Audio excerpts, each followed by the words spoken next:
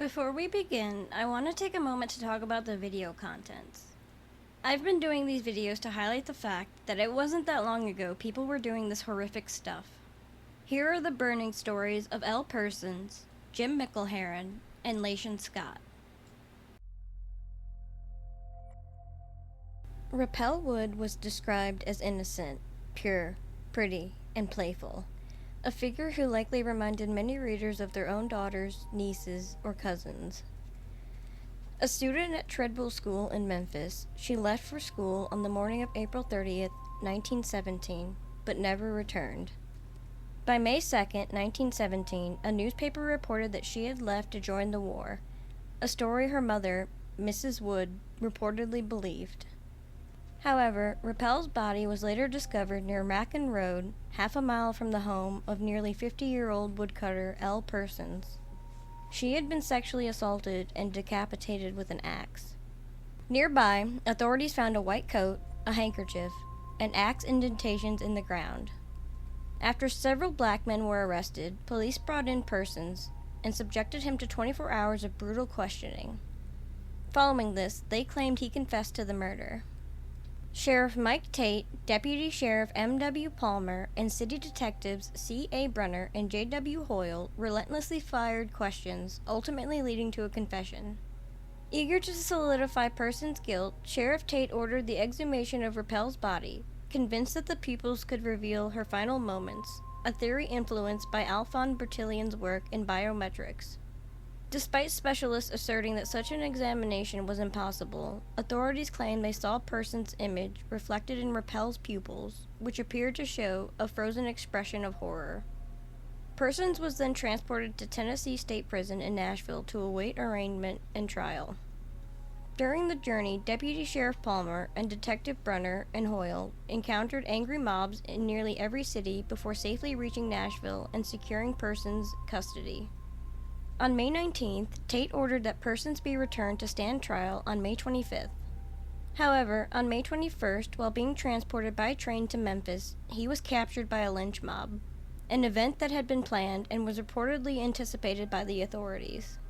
Earlier, the mob had stormed the Memphis police headquarters, but when they didn't find him there, they began searching trains bound for the city.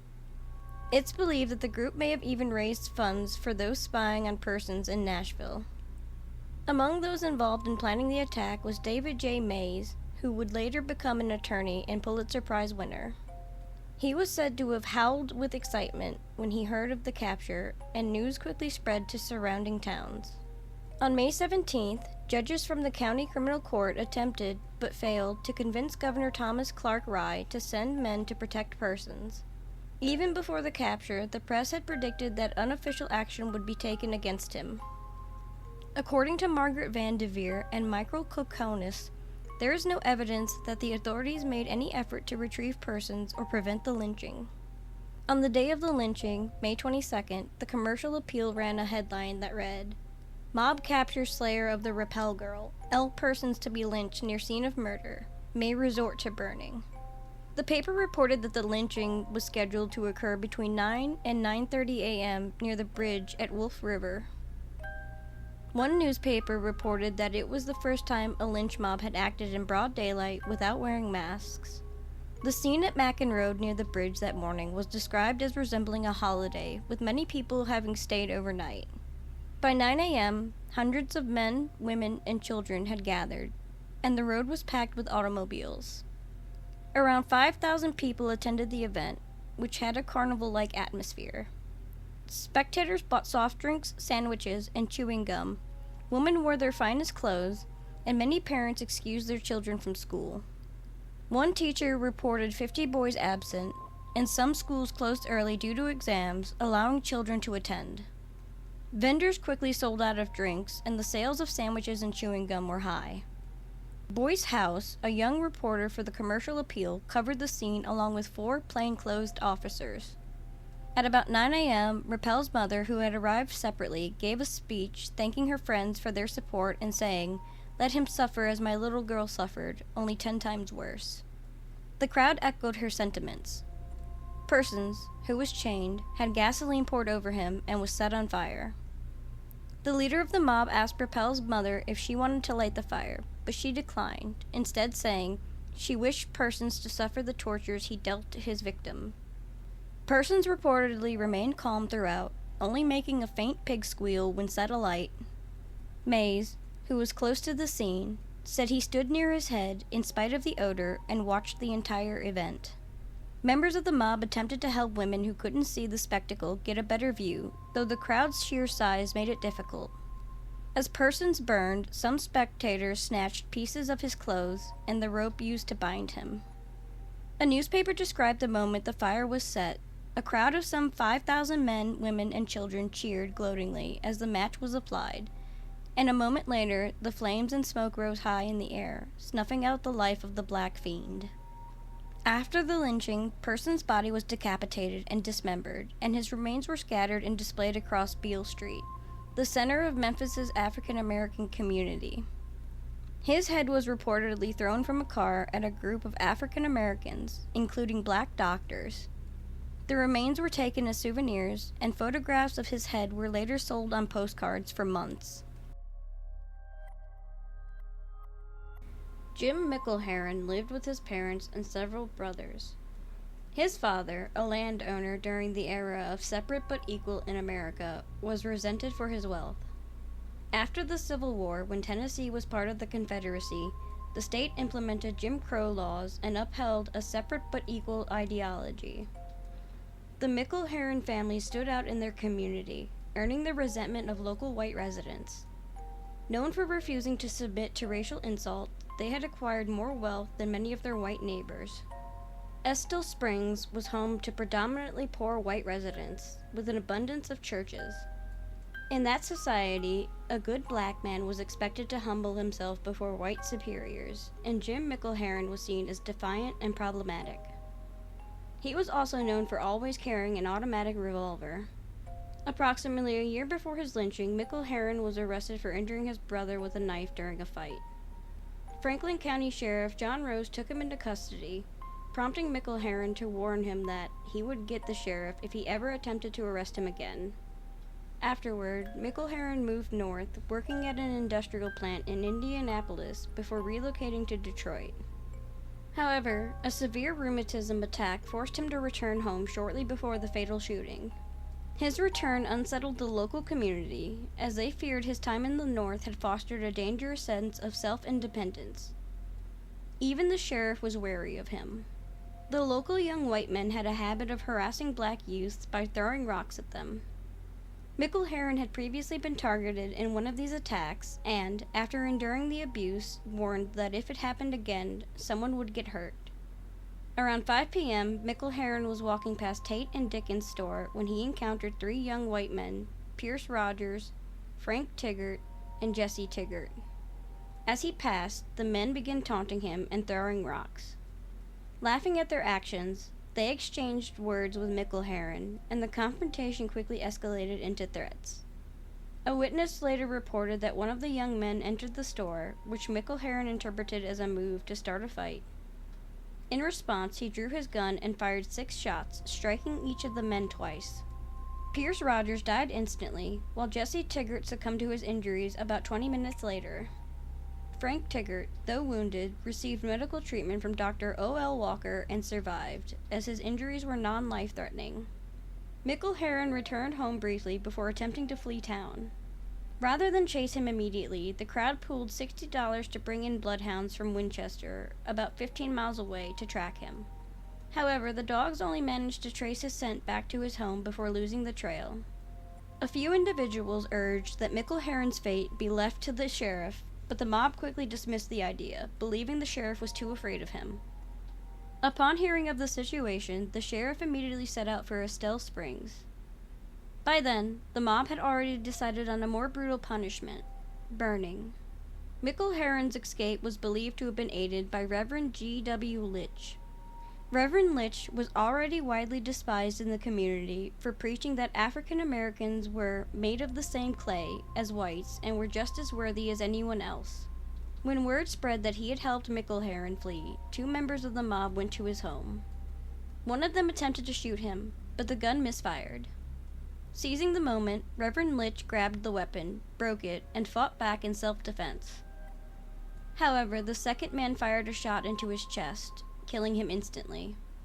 The hunt for Mickle Heron continued throughout the weekend, culminating in his capture on Monday night in a barn near Lower Collins River. Upon discovering his hiding place, the posse opened fire, and Mickle Heron shot back. Among those involved were Deputy Sheriff S.J. Byers and policeman J.M. Bain. During the gunfight, Mickle Heron sustained multiple injuries. One of his eyes was shot out, and he was also wounded in the leg and arm. Eventually, weakened from blood loss, he was forced to surrender. The posse, over 100 men strong, attempted to lynch him on the spot in McMinnville. However, local citizens objected, and instead, he was placed on train number 5 to Estelle Springs, arriving at 6:30 p.m. on Tuesday. A mob gathered, dragged Mickle Heron out of town, and chained him to a tree. Using hot irons, they tortured him into confessing and implicating another African American in the crime. He was never granted due process before they killed him. They shouted calls to burn the damned hound and poke his eyes out, reveling in his suffering. No effort was made to stop the lynching, and Mickle Heron was never given a trial. Despite newspaper reports suggesting otherwise, eyewitnesses later recounted that Mickle Heron never begged for mercy. Instead, he endured the torture without cringing, cursing his tormentors until his final breath. He withstood the burning for half an hour, at one point pleading with someone to shoot him, but the mob only jeered in response. As the horror dragged on, some members of the mob in the front grew sickened by the brutality, while others from the back pushed forward to take part. Finally, one man doused Mickle Heron's trousers and shoes in cold oil and set them ablaze. Within minutes, the fire engulfed him, and he was dead. Lation Scott was born on December 25, 1893, in Holly Springs, Mississippi. He was married and had a 3-year-old child, though he lived separately from his wife. On June 5, 1917, he registered for the World War I draft, listing his occupation as farming. His draft form described him as tall and slender. In 1917, Lation Scott worked as a farm laborer for a white farmer who rented a small piece of land. The farmer lived with his 24-year-old wife and their 2 young children. Reports suggested that Scott occasionally stayed in the house with the family. Some accounts described him as half-witted, and when completing his selective service application, he did not sign his name, but instead marked an X with the words, "Made his mark." Despite this, he passed his physical exam and was likely to be called for military service. Additionally, Scott was said to be a preacher, with conflicting reports identifying him as either a Baptist or a Holy Roller. On November 22, 1917, while the farmer was away working in town, his wife alleged that Scott locked their older children in the barn. She claimed he then approached her from behind, tied and gagged her, and sexually assaulted her. According to the woman, Scott spared her life after she pleaded with him. Once free, she ran into the road and alerted passers-by. The news spread rapidly, fueling outrage. Scott fled and managed to evade capture for 10 days. A $200 reward was offered for his arrest. Rumors about Scott circulated, intensifying the anger of the white searchers, including one claim that he had syphilis. However, the physician who had examined Scott for the draft later confirmed that he did not have the disease, as he had passed his medical evaluation. On December 1st, 10 days after the accusation, Lation Scott was discovered while seeking work in Oakfield, Tennessee.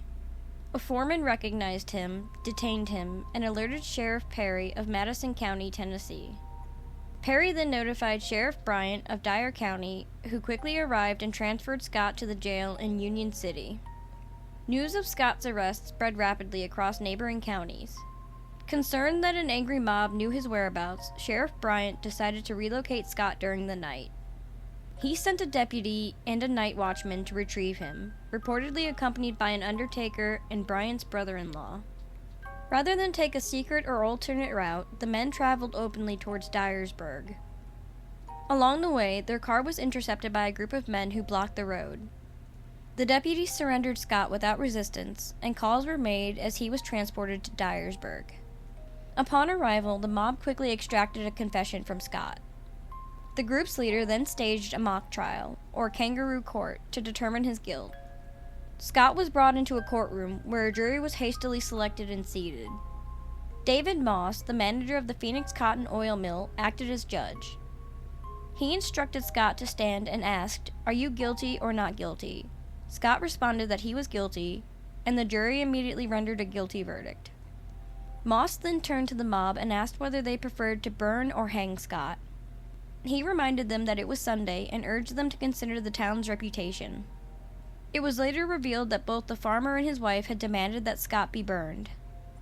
Scott was subjected to prolonged torture for over 3 hours before being burned alive in front of a crowd estimated at 7,000 to 8,000 people.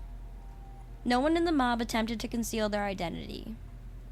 The Memphis Press-Scimitar described the town as chocked with humanity, long before the mob arrived, with people waiting patiently and women tending to their babies as they stood by.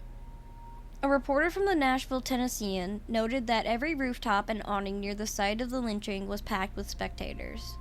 An 11-year-old boy recounted that he had been waiting for a train when he learned that passengers were being transported to witness the lynching.